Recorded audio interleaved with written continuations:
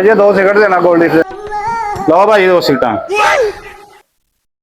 ਇਹ ਕਿੰਨੇ ਦੇ ਭਾਜੀ 2 ਸਿਗਰਟਾਂ? ਇਹ ਭਾਜੀ 2 ਸਿਗਰਟਾਂ ਗੋਲਡ ਲੀਫ ਦੀ ਹੋ ਗਈ 25 ਰੁਪਏ ਦੀ 1 ਸਿਗਰਟ ਆ ਜੀ, ਜ਼ਰਬੇ 25। ਇਹ ਹੋ ਗਿਆ ਜੀ 650 ਰੁਪਏ ਹੋ ਗਏ ਭਾਜੀ ਤੁਹਾਡੇ। ਭਾਜੀ ਇੰਨੇ ਪੈਸੇ ਬਣਾਤੇ। ਹਾਂਜੀ ਭਾਜੀ ਤੁਹਾਡੇ ਸਾਹਮਣੇ ਆ 25 ਰੁਪਏ ਦੀ 1 ਸਿਗਰਟ ਆ, 25 ਦੀ ਦੂਸਰੀ ਆ। 1 ਸਿਗਰਟ ਮੋੜ ਲਓ ਭਾਜੀ ਤੁਸੀਂ।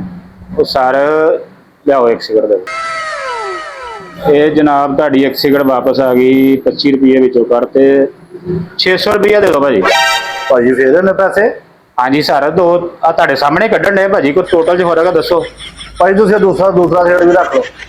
ਕੀ ਵਜ੍ਹਾ ਬਣ ਗਈ ਸਰ? ਨਹੀਂ ਭਾਜੀ ਤੁਸੀਂ ਰੱਖ ਲਓ। ਦੂਸਰਾ ਵੀ ਤੁਹਾਡੇ ਕੋਲ ਰੱਖ ਲਿਆ ਜਨਾਬ 25 ਰੁਪਏ। ਇਹ ਰਹਿ ਗਏ ਜੀ ਤੁਹਾਡੇ 575 ਰੁਪਏ ਦਿਓ ਭਾਜੀ। ਭਾਜੀ ਮੈਂ ਤਾਂ ਸਿਗਰਟ ਨਹੀਂ ਲਈ, ਇੰਨੇ ਪੈਸੇ ਵੀ ਬਣਾਤੇ ਤੁਸੀਂ। ਭਾਈ ਆ 2 ਸਿਗਰਟ ਤੁਹਾਨੂੰ ਦਿੱਤੇ ਨਹੀਂ, ਆ ਜਿਹੜੇ ਤੁਸੀਂ ਵਾਪਸ ਕਰਨ ਆਏ ਜੇ। ਭਾਜੀ ਤੁਸੀਂ ਏਦਾਂ ਕਰੋ ਜੀ।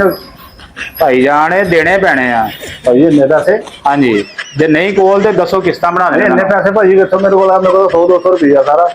ਕਿਸ਼ਤਾਂ ਬਣਾ ਦੇਣੇ ਤੁਹਾਨੂੰ। ਕਿਸ਼ਤਾਂ ਬਣਾ ਦਿਓ। ਤੁਸੀਂ ਮੀਟਰ ਵਾਲੇ ਜੇ ਨਾ? ਹਾਂਜੀ ਭਾਜੀ। ਤੁਹਾਡੀਆਂ ਕਿਸ਼ਤਾਂ ਹੀ ਬਣਦੀਆਂ ਭਾਜੀ। ਤੁਸੀਂ ਕਿਸ਼ਤ ਹਰ ਮਹੀਨੇ 250 ਰੁਪਇਆ ਦੇ ਜਾਣਾ ਭਾਜੀ। ਭਾਜੀ ਹਾਂਜੀ ਭਾਜੀ ਮੈਂ ਤਾਂ ਲਿਆ ਵੀ ਕੁਛ ਨਹੀਂ ਹੈਗਾ ਤੁਸੀਂ। ਭਾਈ ਅਸੀਂ ਵੀ ਕੁਛ ਨਹੀਂ ਲੈਂਦੇ, ਸਾਨੂੰ ਵੀ 10-10 ਹਜ਼ਾਰ ਹੁੰਦਾ, ਤੁਸੀਂ ਖਿਲਾਉਂਦੇ ਜੇ।